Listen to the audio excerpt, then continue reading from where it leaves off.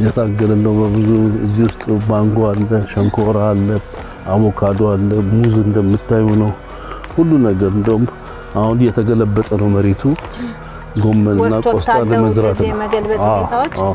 በዚህ በኩል የጥቅል ጎመን ነው። ይሄ ፋሽን ፍሩት ነው እዚህ ጋር የምታዩ። ይሄ ባቄላ ሸክ ደርሶ አሁን እየተበላ ነው ያለው።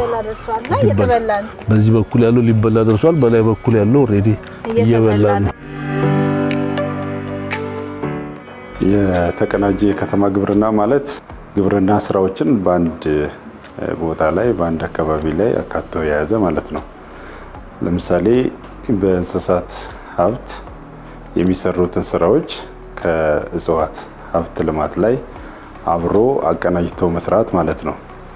ለምሳሌ ዶሮ የሚያረባ ሰው የጓሮ አትክልት ካለው ተቀናጅቷል ማለት ነው። የዶሮ ምርት ይኖራል። በእጽዋት ዘርፉ ደግሞ በከተማ ግብርናው ላይ የአትክልት ልማቱ አለ ማለት ነው። ስለዚህ ሁለቱ የተቀናጀ ናቸው ማለት ነው። ስለዚህ እንስሳውንም የእጽዋት ፓርቱንም አብሮ ይዞ ሲሄድ የተቀናጀ ግብርና ማለት ነው።